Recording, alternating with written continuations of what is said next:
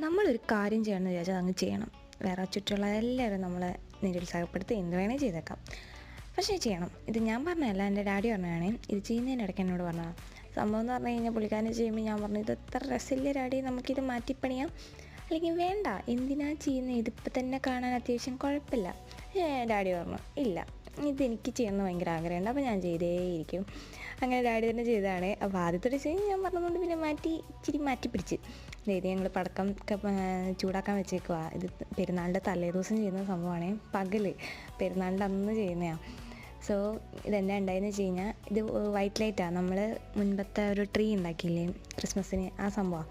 അപ്പോൾ ഇതിന് ഭയങ്കര വെളിച്ചമായ കാരണം ഈ വൈറ്റായി നിൽക്കുമ്പോൾ ഉടുക്കത്തെ വെളിച്ചമാണ്, അപ്പോൾ ഒരു സുഖമില്ല. എന്നാൽ പിന്നെ വെളിച്ചം കുറയ്ക്കാൻ വേണ്ടിയിട്ട് കളർ കയറ്റാനാണ് ഡാഡി ഉദ്ദേശിച്ചത്. അത് കാരണം അങ്ങനെ ചെയ്തതാണ്. പക്ഷേ സംഭവം രാത്രി അടിപൊളിയായി, ഇതിനേക്കാളും രസമുണ്ടായിരുന്നു.